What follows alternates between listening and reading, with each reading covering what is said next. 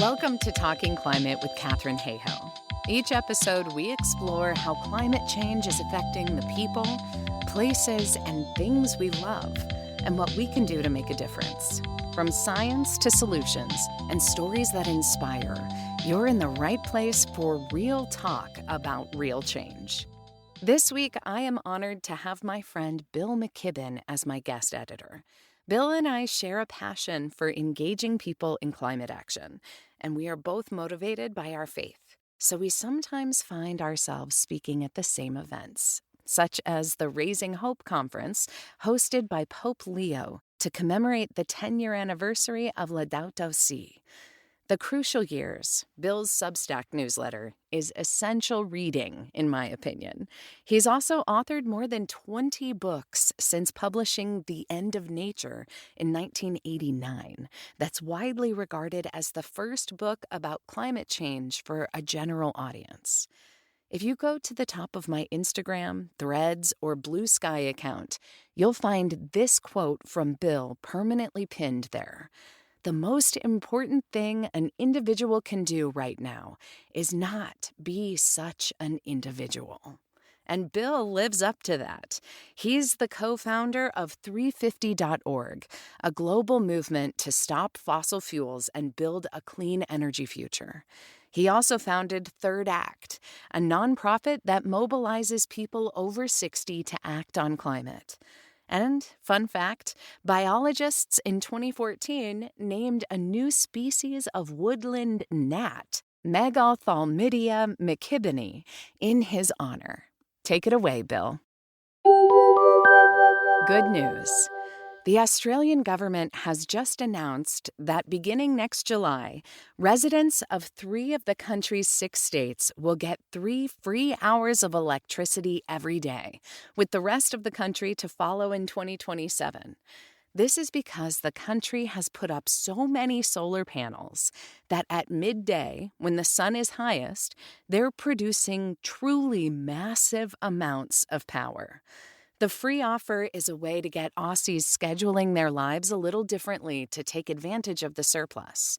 One imagines that many of them will be programming their washing machines to run midday and charging their EVs then, too.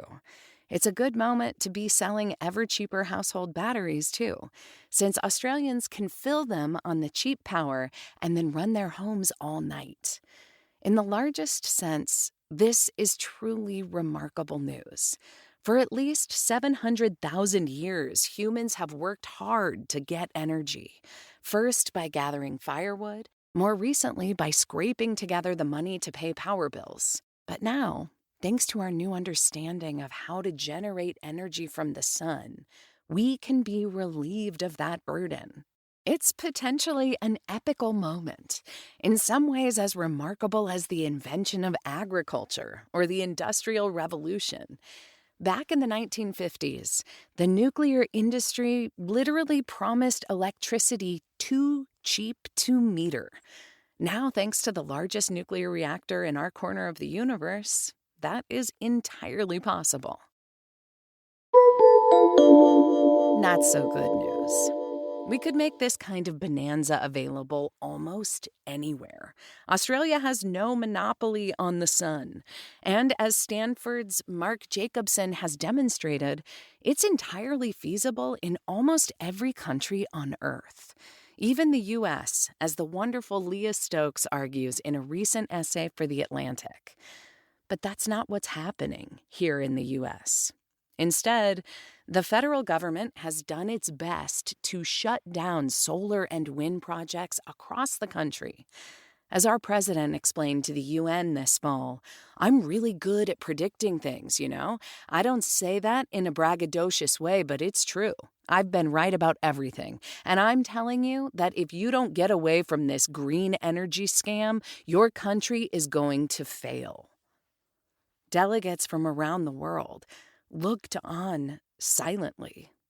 In many of their countries, renewable energy is quickly overtaking fossil fuels, meaning they don't need to rely on the U.S., Saudi Arabia, or anyone else.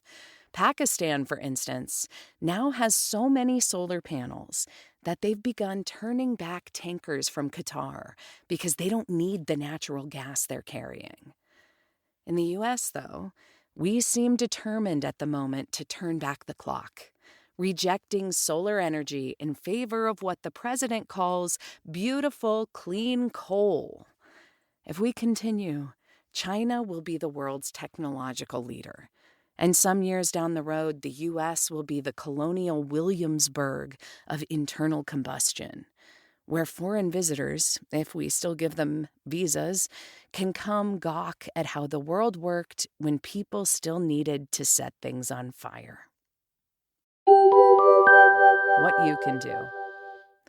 For the moment, there's not a lot to do in Washington, except to try to play defense.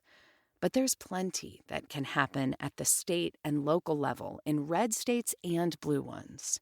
At Third Act, we're leading a campaign to simplify solar, changing permitting rules to make it much easier to build renewables.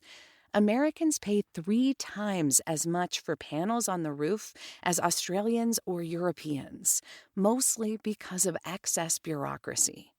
For apartment dwellers, we're also hard at work changing the laws around balcony or plug-in solar, the smaller, simpler systems that can nonetheless provide significant amounts of a family's energy. At the moment, these systems are only legal in Utah, where the legislature passed enabling legislation in March. But there are drives underway in more than a dozen states right now to try to change the laws in those places. And remember, Utah is one of the reddest legislatures in the country. Same in Texas, but they're leading the country in growth of renewables.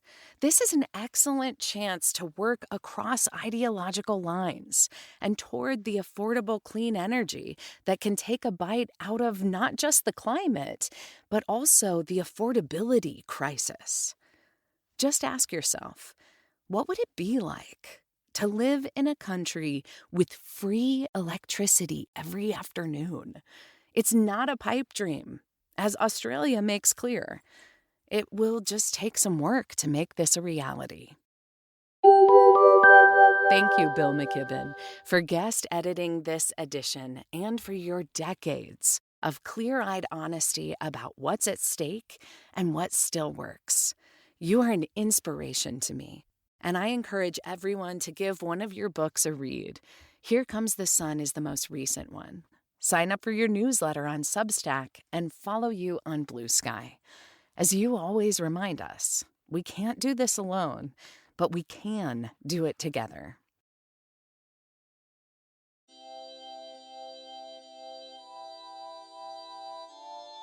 Thanks for listening to Talking Climate, narrated by Ann Cloud.